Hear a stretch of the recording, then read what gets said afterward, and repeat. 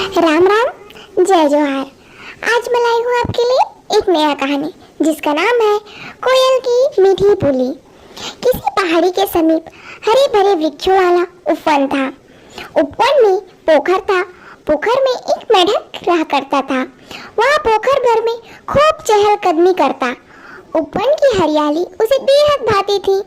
उपवन में दूर दूर तक खिले हुए रंग बिरंगे फूल उसे खूब लुभाते थे।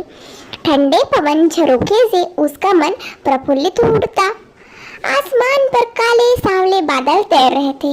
हवाएं चल रही थी। अब हल्की हल्की बूंदाबांदी आरंभ हो गई थी। वर्षा की रिमझिम फुहारें पोखर पर पड़ते ही मेढक का दिल बाग बाग हो उठा। उससे सांधना रहा जा रहा था। वर्षा का आगमन उसे बहुत भला लगा था। वहाँ उपवन के मालिक गरुड़ महाराज को पुकारने लगा। गरुड़ जी के आने पर वह बोला कि वर्षा के मन भावन मौसम ने उसके दिलो दिमाग में हलचल मचा दी है।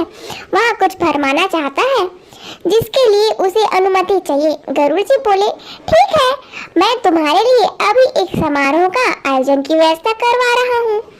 तुम्हारे मन की मुराद अवश्य पूरी होगी। गरुड़ जी उपवन के सभी परिंदों को बुलवाकर बोले, पोखर वाले मेढक के लिए एक समारोह का आयोजन किया जाए। सभी पंछियों का समारोह में शामिल होना आवश्यक है।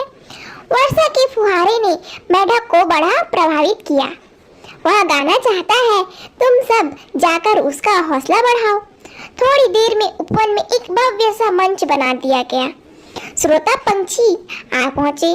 पंछी बोले, हम सब समारोह में शामिल होने आए हैं।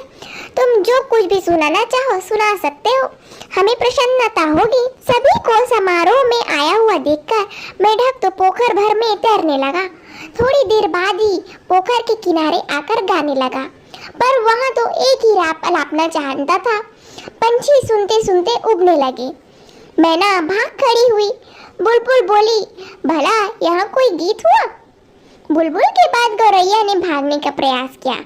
कौवा बोला, मुझे तो मेढक का राग कुछ समझ में नहीं आ रहा है। वह उड़कर भाग गया। कबूतर बोला, मुझे जरूरी कार्य से बाहर जाना है। कबूतर भी 9-2-11 हो गया। कुछ देर बाद नीलकंठ ने रास्ता नापा। समारोह में सिर्फ कोयल शेष रह गई। वह मेढक के बोल सुन सुन के वाह वाह कर उठी। वह मेढक को प्रोत्साहित करते हुए बोली, बहुत सुंदर गा रहे हो, गाते रहो। थोड़ी देर बाद मेढक गाकर चुप हो गया। अब तक गरुड़ राजा पहुंचे थे। कोयल बोली, हमें सिर्फ अपनी न चलाते हुए औरों की बोल भी सुनने समझने का प्रयास करना चाहिए। हर कोई अपने मनोभावों को अलग अलग तरह से अभिव्यक्त करना चाहता है, अतः उसे प्रोत्साहित ही करना चाहिए, वरना वह हीन भावना का शिकार हो जाएगा। गरुड़ महाराज कोयल का धैर्य देखकर वैसे ही दंग रह गए थे। अब उसके वचन सुनकर वे प्रसन्न हो उठे। कोयल ने सच में मेढक को प्रोत्साहन दिया था।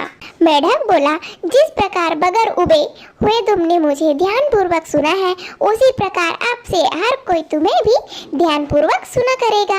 गरुड़ जी बोले, हाँ, मैं भी तुम्हारे लिए यही कामना करता हूँ। मेढक के कर्कश राग को भी ध्यानपूर्वक सुनने एवं सराहने का ही परिणाम है कि कोयल को आज भी लोग सुनते हैं। कोयल के बोल से कोई उबता नहीं है।